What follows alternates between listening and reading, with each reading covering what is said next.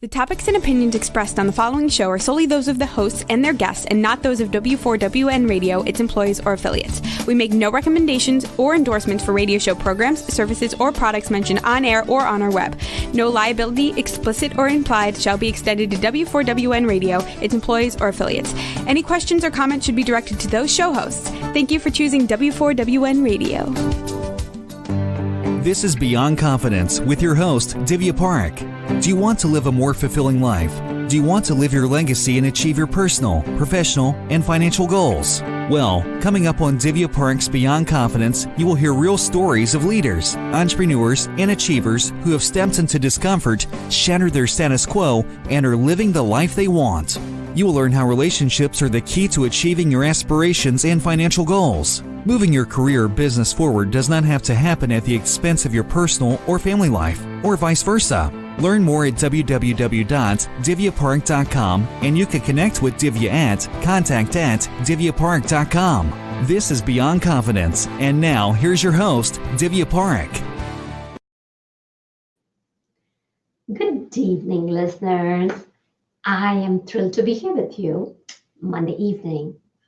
I know you probably might say that, I'm tired of listening that Divya says this is one of her best times, and yet I want to share it with you, especially for those listeners who will be joining us live today. It is one of my favorite times, and I want to share something very special with you.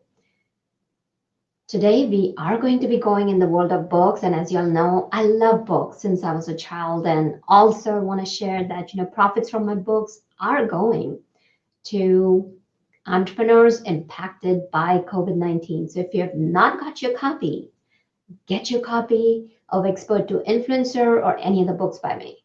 And we will be sharing the profits with entrepreneurs impacted by COVID-19.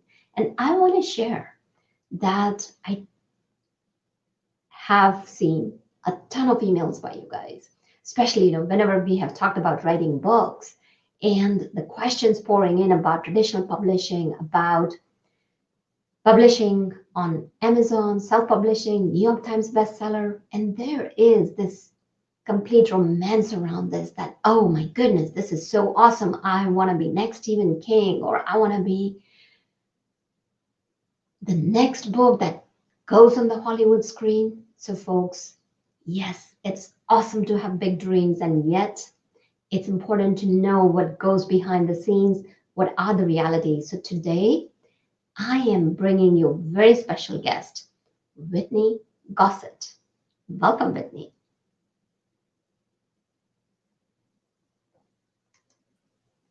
Hello. Thank you so much for having me tonight, Divya. Oh, it's such a pleasure to have you. And folks, I want to share, Whitney is extremely special because her numbers speak for herself. So, which is just amazing. Whitney has graduated from Vanderbilt University, and she was an engaged scholar. Her career began as a song plugger. We'll be talking to her about that. Assisting Nashville songwriters before handling industry relations and event coordination for the Country Music Association. And then she joined Fed Agency, which is a literary and entertainment agency, after 6 years in Nashville working in country music. And she has passionately translated her knowledge of entertainment into the world of publishing. She has represented over 200 authors and over 25 New York Times bestsellers, such as Governor Greg Abbott, Trey Gowdy, Emily Maynard, and many more. So she has a managing and marketing mindset, and she believes in taking a holistic approach to publishing and strategically using a book to strengthen the larger message of a brand. And along with her literary representation, she has served her clients by executive produced non-scripted television projects for networks such as Bravo, AGTV, Facebook, and is a partner with T3 Agency, a white label travel company, and consults with top churches around the country. Very impressive. So Whitney, I would love to ask you that when you were a kid, is there any remarkable moments that precedes your career or that gives an inkling that you were interested either in publishing or writing or marketing? Absolutely. I was raised in a household where books were a really big deal. My mom was actually an author. And so talking about royalties and talking about manuscripts and talking about deadlines was a part of our dinner table conversation. She wrote parenting books for HarperCollins. She wrote some children's books. And so that was just part of our narrative. That was part of what we talked about as a family, just like kids whose parents are doctors or lawyers. We talked about writing books. And so I saw from a very early age behind the scenes what it looked like to work professionally in publishing. And then I just was a lover of reading. We didn't have TV growing up, so we just read books. And some of my greatest and earliest memories were of books that were like friends to me. And still to this day, my husband makes fun of the amount of books that I lugged from house to house as we move. But they are like friends. And I think for people who are readers, and many of you who are watching, I'm sure can relate to this, who love books, it's just an honor that I get to spend my career now helping create books that I love and being a part of the publishing process that I adore so much. And so we all know that words have the power to change lives. And so it's not a role that I take lightly when I get to serve people in their journey to bring those words to larger audiences. You said it. And books, oh my goodness, when you mentioned having books as your friends, I can totally relate to that because I still remember getting lost in Enid Blyton's mysteries or Hardy Moyes or, Yes. like fun stuff, and especially Dr. Seuss's books. Even to this day, I'll just pick up one of the Dr. Seuss's book and read his couple of quotes. And, it's, as you mentioned, words have power. So when you watched your mom write a book, and did you also write any short stories or anything? Were you inclined to write in your childhood? That's a great question, Divya. So I wanted to be a writer, but it was not a gifting that I have. So I joke that my job, my career has always been to be the person behind the scenes advocating for the creative. So early in my career, that was with country singers, it was with songwriters. As my career progressed, it was with authors.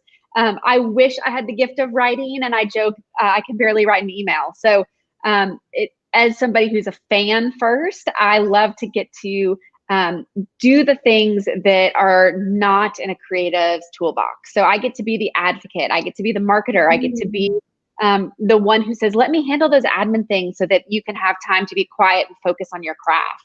And in that way, I get to play a part of doing something that I love. But that is not a gifting I have. I have so many authors that say, when are you going to write your book? I said, never. You'll never see my name on the front of the book. You'll only see my name in the acknowledgments of people that I've helped get their books out. Well, you have given over 200 authors the media, and you have published them so that their voice can be heard. To me, that is as honorable as writing a book, because there's so many writers out there who have written books and yet their voice is quiet and it does not reach the readers. Of course, folks have already started asking questions, so we will make a point to cover all your questions, dear audience. So one of the questions that has come in is there money in writing? Great question. That again goes back to the earlier conversation we were having. Absolutely. So I think the thing to remember with writing, and I assume we talk about writing, we're talking about writing with your own name, publishing your own books. It is a challenge out there to make a living as an author. Of all the authors that I have represented in 10 years, I believe there's less than 10 that their full-time job is writing.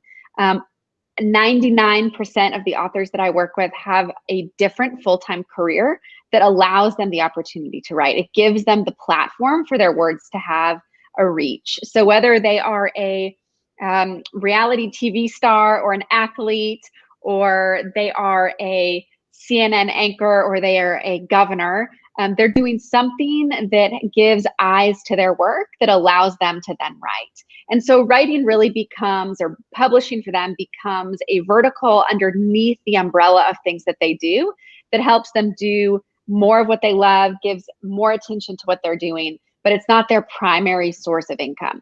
I think there's this dream of being in a magical cabin on the ocean, watching the sunrise and sipping coffee and writing a manuscript. And I wish that that was how it really looked. But for most professional authors, people who have published professionally, it's a lot of scribbling on notes on their laptop on during a flight somewhere to do something else. And so is there money in writing? Well, to publish your own books, there can be, but it's the very, very, very, very tiny top percent that have the opportunity to do that as the only thing that they do. Well, you said it. And I really like what you mentioned is about, having the book as the base.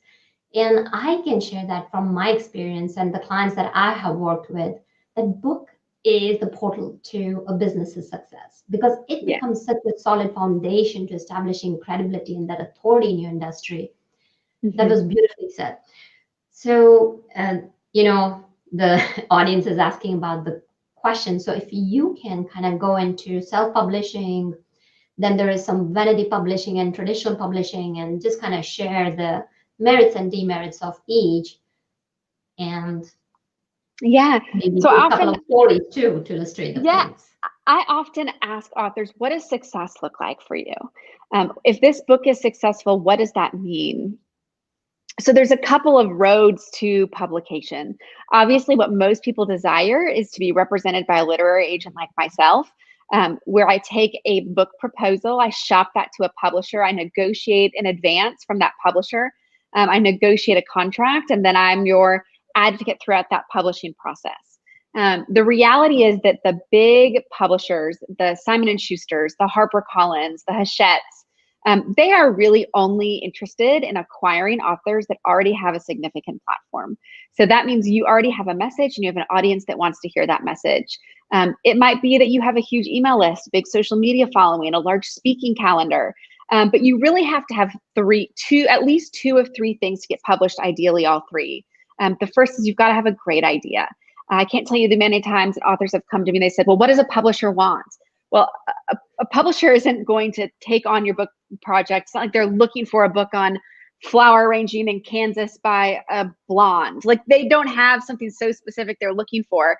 You need to have an idea that really is important and resonates with you. It's something that you've proven. It's something that you're passionate about. The second thing you need is to be a great writer.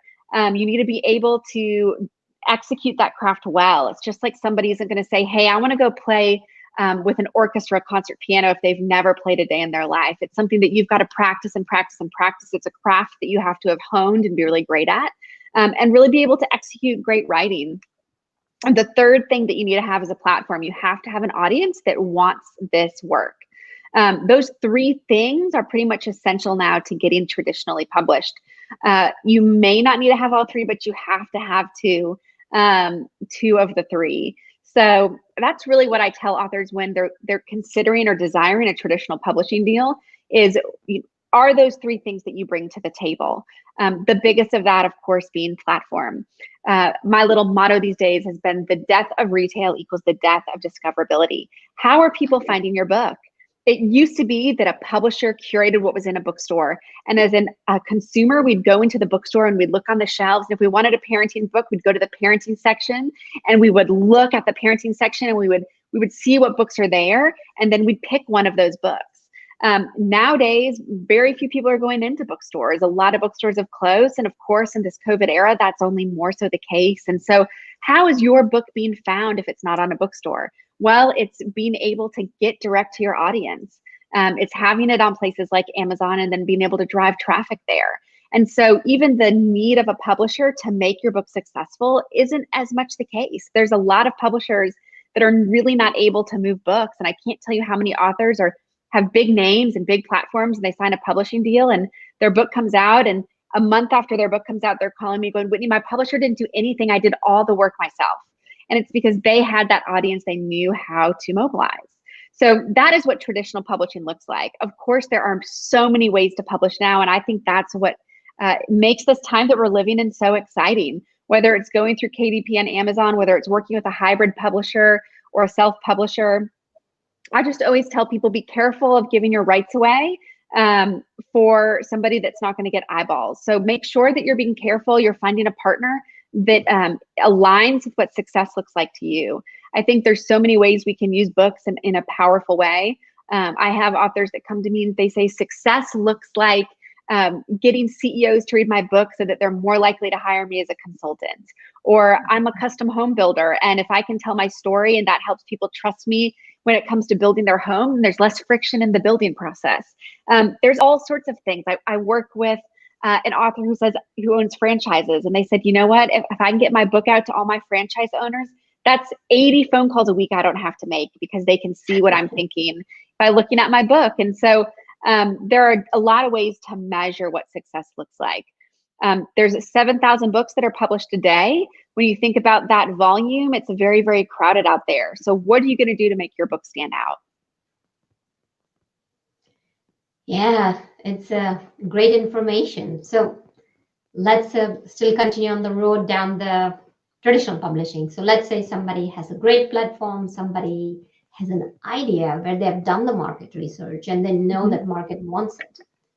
And now they also know how to write it well, or, they have hired a ghostwriter or have a great developmental editor, and everything comes along, having a great cover, everything's there.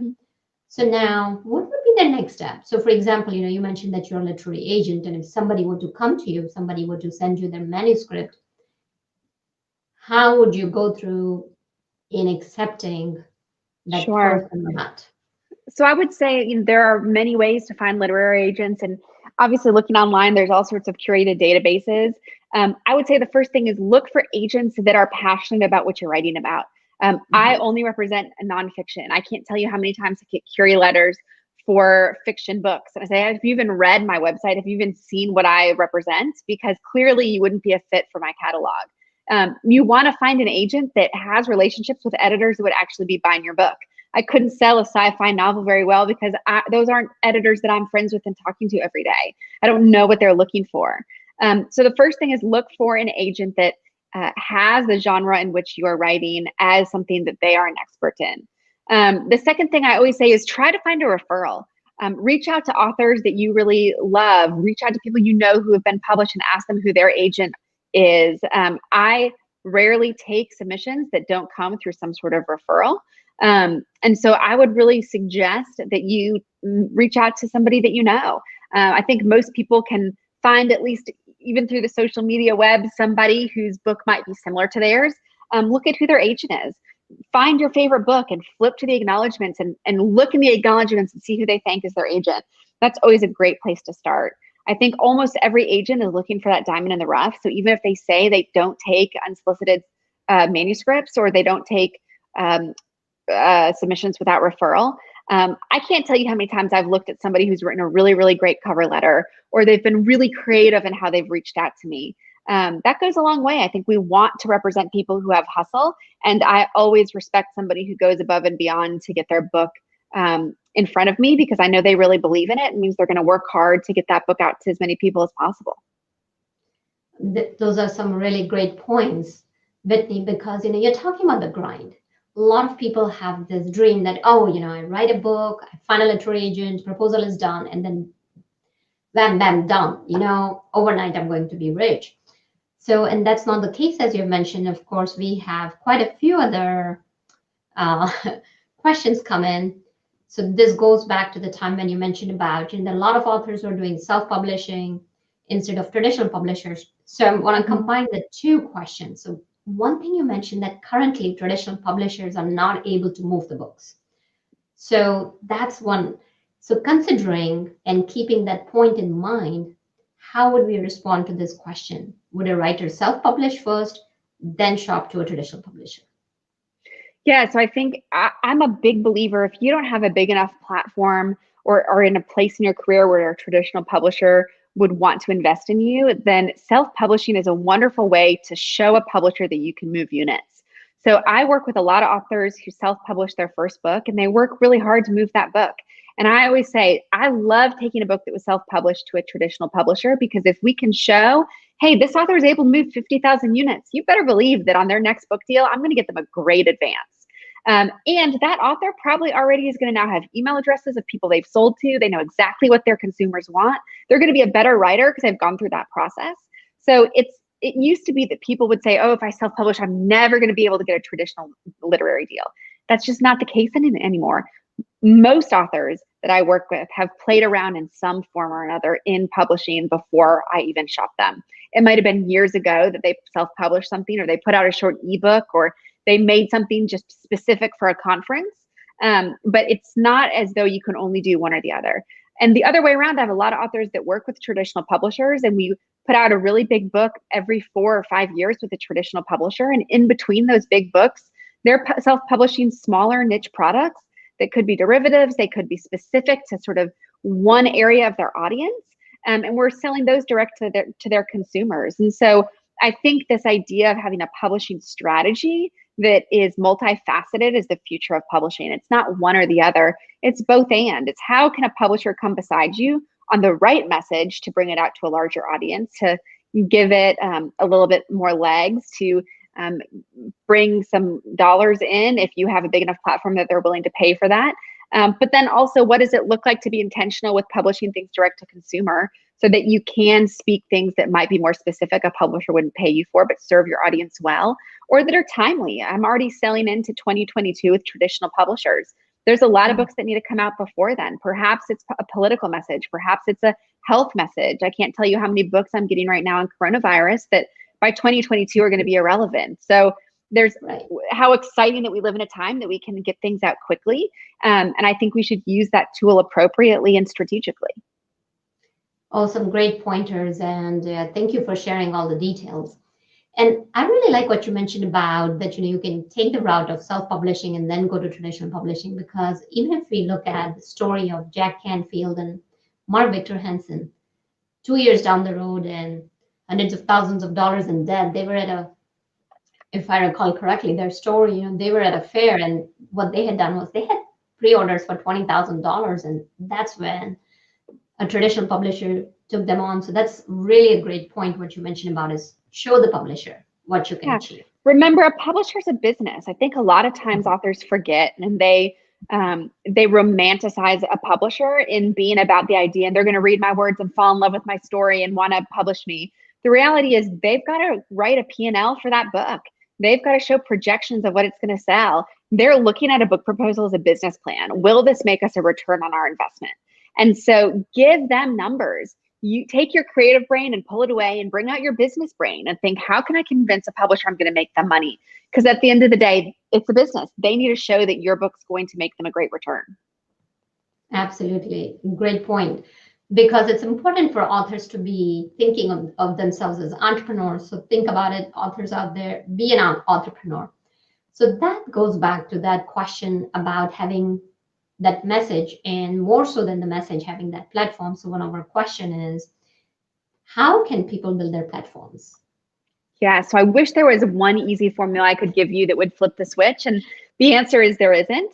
I think it's a slow and steady thing. There's a million podcasts. There's a million e-courses out there that can give you more tangible tools. I'm a big fan of Jenna Kutcher's material. I think she does a great job at breaking some of these things down. Obviously, there's a million people in this space that are really phenomenal at giving you some pointers. But the bottom line is that you need to be collecting email addresses. You need to be putting out content for people for free that gets them excited and interested about your voice. And you've got to be doing it consistently. So whether that is, obviously we're in a strange time now, but if it's speaking at small gatherings, if it is putting out Facebook Lives every day, if it's putting out written content on a blog, it's coming up really with a digital strategy that's bringing people to you for whatever you're known for. And it's, what's that message? If you are writing about health and you are a health expert, then how are you putting health content out there to people that care about health? How are you really profiling who is the consumer, who is the reader that's going to read my book, and where are they consuming content? What do they care about? Who else are they listening to? Look at other voices that you would consider successful in that space and see how they're connecting with their audience. There's so much that you can do now in building relationships and cross-pollinating between different people, that obviously there's a million resources out there how to do it. And I wish there was an easy answer, but at the end of the day, it's getting people interacting with your content. So whether that's on social media, whether it's on a podcast, whether that's on a blog, whether that is through live events, it can be small and steady. And most authors start with a couple people in their close circle. It's asking friends and family to pass something along or sign up for a newsletter, and slowly building that based on continually putting out content that has value. Oh, great tips, folks. We are having a value-packed show today, and see how Whitney is, sharing the values, and that this goes back again to, I'm sure somebody else has said, like, give, and then get. So similarly, it's really critical about that you are putting out relevant and timely content, as Whitney mentioned, that it's like, let's say if you in 2022, when vaccine is there and we are back to the new normal, and will never be the old normal, there will be the new normal, but it will be sustainable and something steady. Then if you're writing about coronavirus, it's not going to make sense.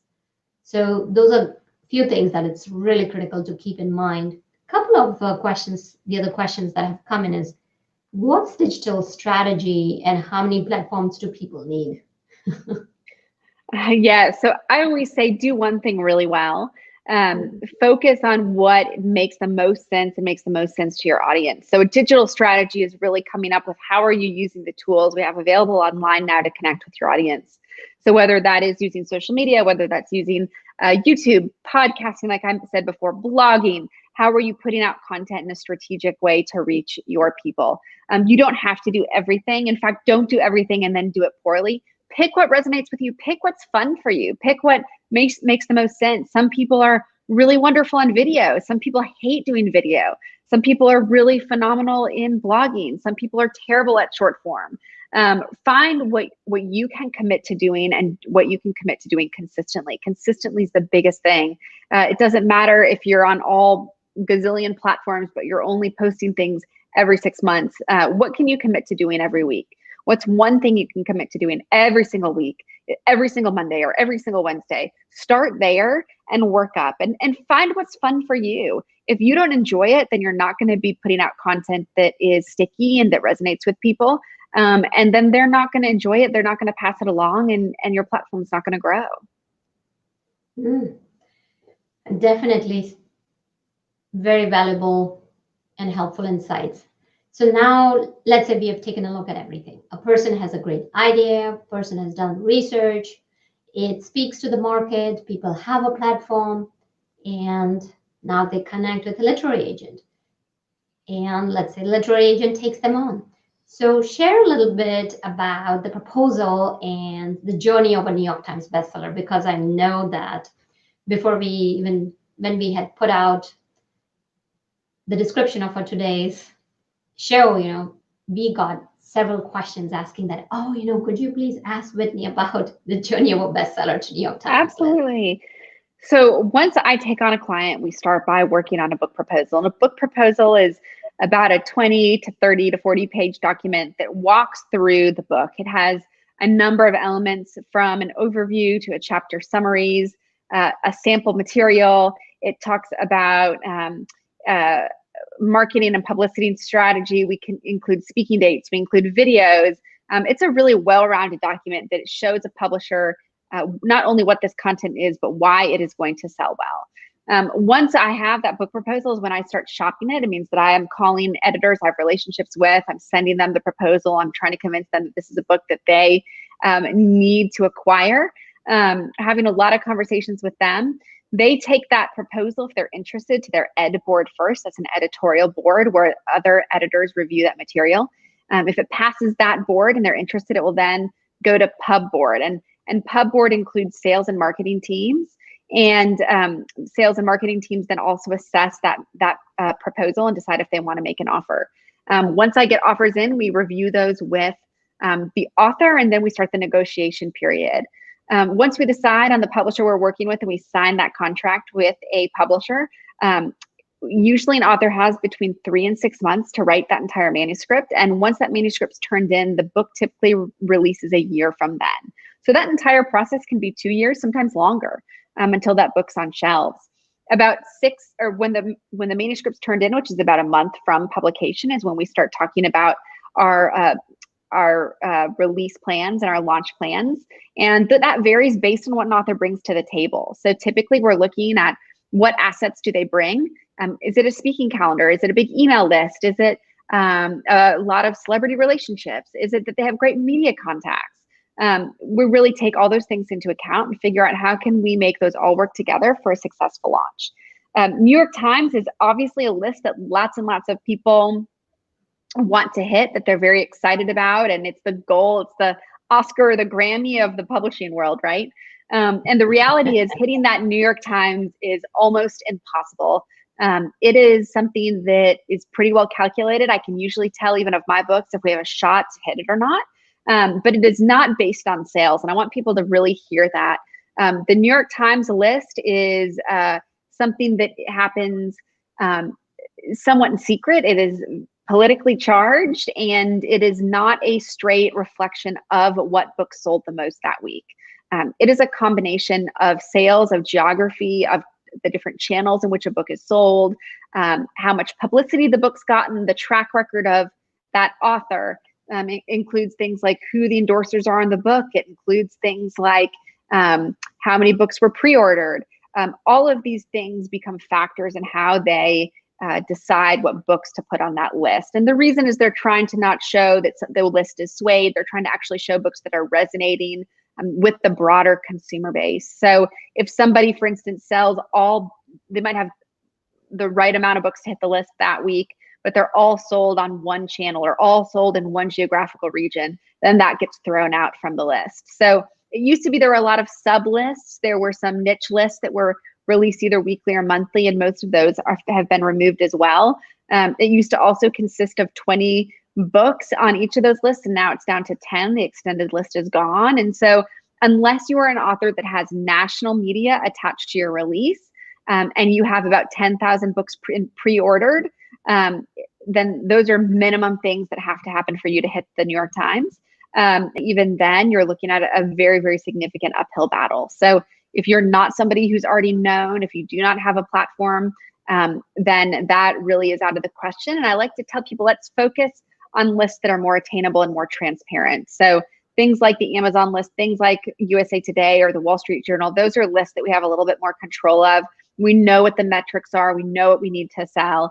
The New York Times is not a list that is transparent or, again, that follows sales. And so there have been many times where I've had an author that when we look at the numbers should have hit the list based on sales, but for whatever reason that's been decided behind the curtain, they have not included it. So try not to use that as a measure of what success is for you as an author. So then that brings us to our next question, since you mentioned about USA Today and Wall Street Journal. What goes into that? Yeah, so those lists are primarily more on sales. So it is how many books have been moved through reporting retailers. Those are lists that are a little bit more niche, but they're a little bit easier to attain. And a lot of these lists are all based on industry and based on reverence. So I see somebody's asking, are certain lists higher than others?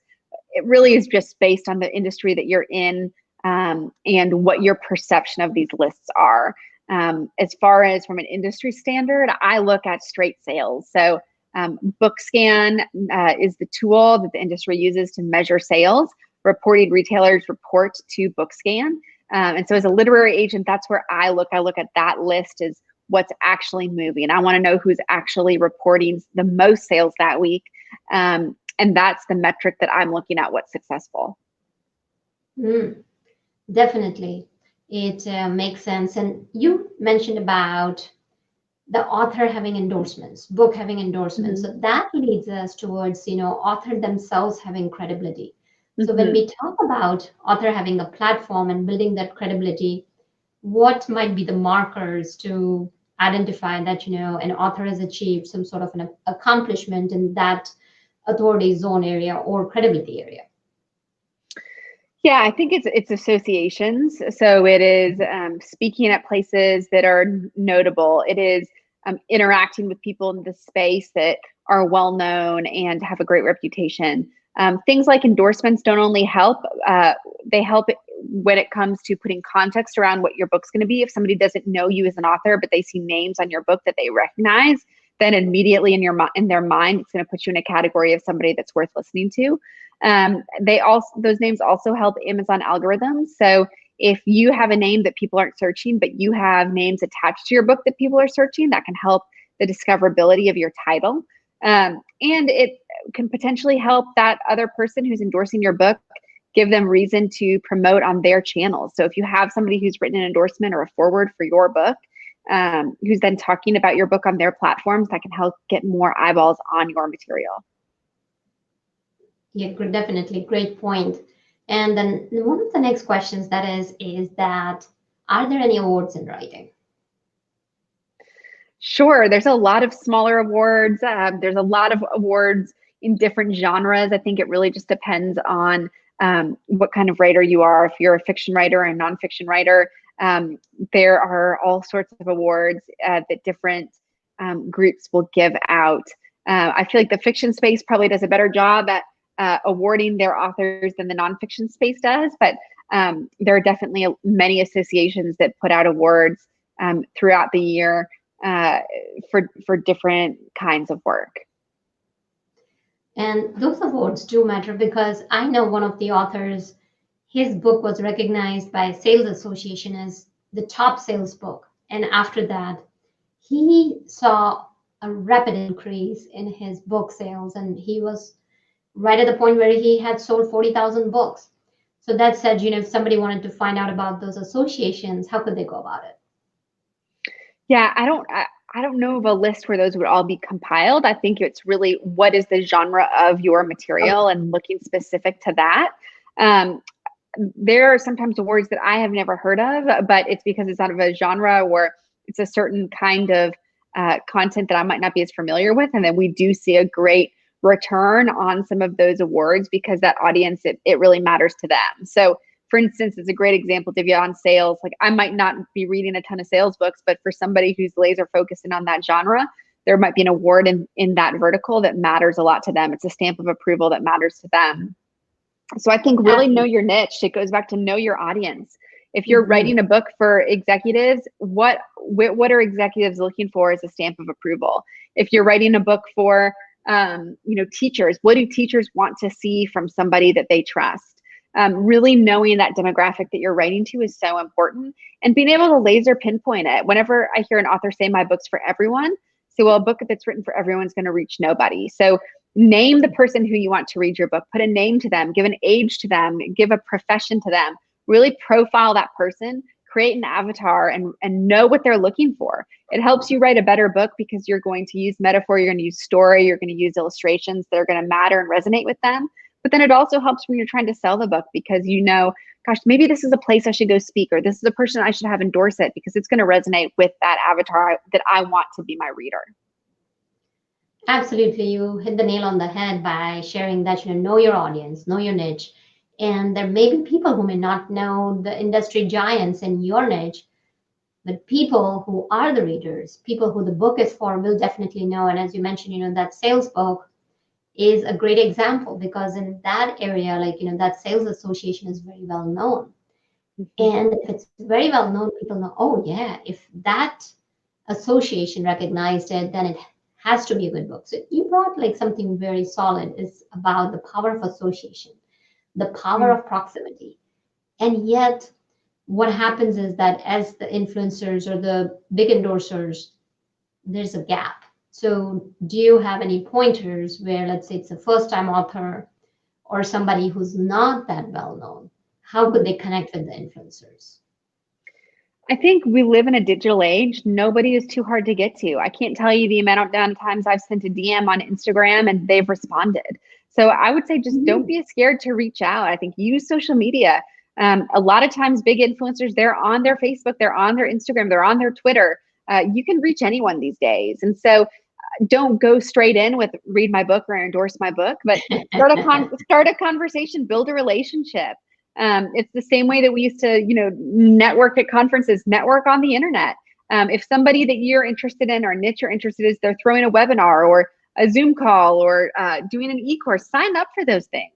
It's easier than ever to reach people. And so there's no excuse to say I'm too removed or too far away. It just means you've got to be creative. Everybody is available just through their phone at the touch of fingertips. So be thoughtful, be creative, make yourself stand out, find a way to connect with somebody. It really is about just putting yourself out there, not being as scared to hear no, or not being scared to not hear a response, not putting your eggs in one basket. I always say first-time authors, use that first book as a calling card. Give it out to everybody. Don't expect to make $1 on it if you have no platform, but use it as a calling card. Use it as a way to get your words in front of people. If you believe enough in your book that if people read it, they're going to talk about it, then give it to everybody you possibly can. A good book that impacts somebody in a meaningful way, they're going to talk about, they're going to give to friends, they're going to order a caseload to give to Christmas or give to their employees. And so don't be scared to seed the marketplace. Beautiful, beautiful advice. I really love it. And initially, when I said it on purpose that there is distance between influencers and the writer, and you busted that myth. And I really appreciate that, because you're absolutely right that, build that meaningful relationship. And a couple of things that could be done is that if they have a blog, and even if you have a small audience, just kind of share it and like their Twitter blogs, or in similar way, this is, I got in, and you also mentioned, buy their e-courses. So for example, Brian Tracy, amazing. He's been one of my heroes. And I used to buy his books and courses, and just as I continued doing it, I fell into his proximity. And as part of one of the groups, I took that time and energy welcoming new members and just being active. So that way you are, even though you're in the periphery, you stay front and center of the endorsers or the big giants. Yeah.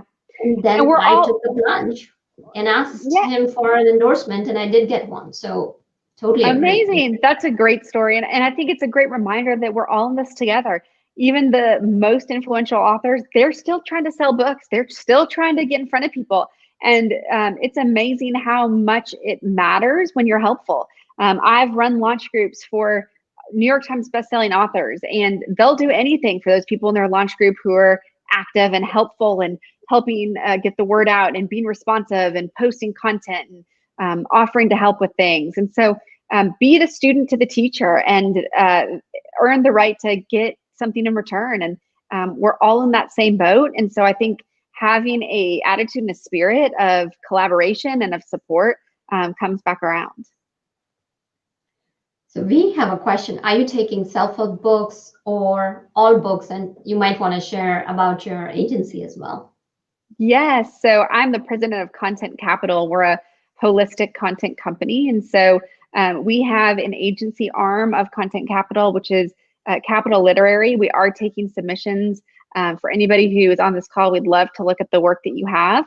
And we also have other ways that we serve authors. So whether it's through our podcast company, RPCO, that does podcast production, or if it's through audiobook production, or we have a ghostwriter firm. So maybe you're somebody watching right now who goes, I love to write, but I have no interest in building a platform, and know that maybe my book will only go to a few people, but I could help people who have platforms and can't write put pen to paper.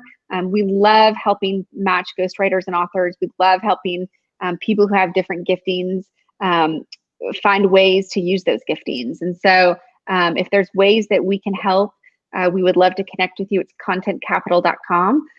There's ways to reach us there. Absolutely. Some great pointers. And for some of the authors who may have already published or they're thinking of writing, so from your perspective, you have seen it all. You've seen it from the highest success to, as you mentioned, about the book just being a platform to enhance or enrich their existing platforms. What would be your message to our authors? I would say that if you have a message that's burning in you, get it on paper. I think that the pressure of what it might be all the things that I've even shared today, there are exceptions to every single rule. So write, keep writing, put that pen to paper. Anything is possible. And if you feel called to write, if you feel like there's a message in you that you're going to share, regardless of if 100 people read it or 1,000,000 people read it, then get it out. Do the work, and you never know what might happen. And remember that it's a craft. And so practice is the best thing you can do, and get it in front of people to read. Keep sharpening your tool belt, and don't stop. Oh, that's beautiful. Don't stop, don't give up, because that's what happens, right? No matter how many times you fall down, dust it off and get up. It's not the number of times you fall, it's the number of times you pick yourself up and continue on the journey. And as you mentioned, there are no set ways. There are so many multiple ways that even if you have published a book, you can still go to traditional publishing, and you have a valuable resource today, folks. So as you have seen, Whitney's very approachable. She is very sweet, and she took out the time to share her information with us. So thank you, Whitney. Really appreciate your time and sharing it so openly with us.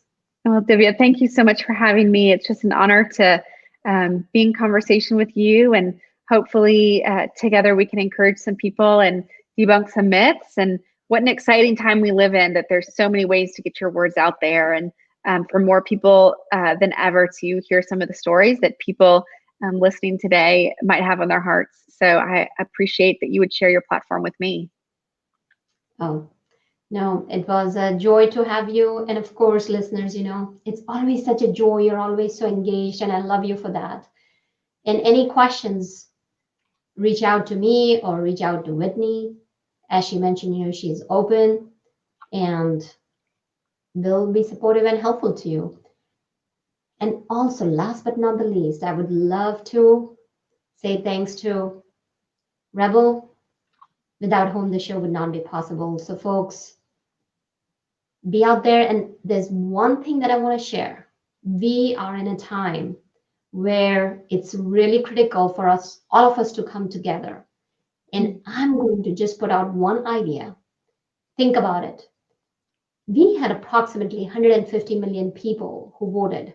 If all of us, so that means all of the people are at least 18 or above, if all of us just donated 1 hour to helping others, how much good we could bring to our community and to our humanity. So always remember, together we are stronger, and let's be together and help each other out. So until next time, be brilliant and take care. Thank you for being part of Beyond Confidence with your host, Divya Parekh. We hope you have learned more about how to start living the life you want. Each week on Beyond Confidence, you hear stories of real people who have experienced growth by overcoming their fears and building meaningful relationships. During Beyond Confidence, Divya Parekh shares what happened to her when she stepped out of her comfort zone to work directly with people across the globe. She not only coaches people how to form heart connections, but also transform relationships to mutually beneficial partnerships as they strive to live the life they want. If you are ready to live the life you want and leverage your strengths, learn more at www.divyaparekh.com. And you can connect with Divya at contact@divyaparekh.com. We look forward to you joining us next week, Monday, 8 p.m. Eastern Time.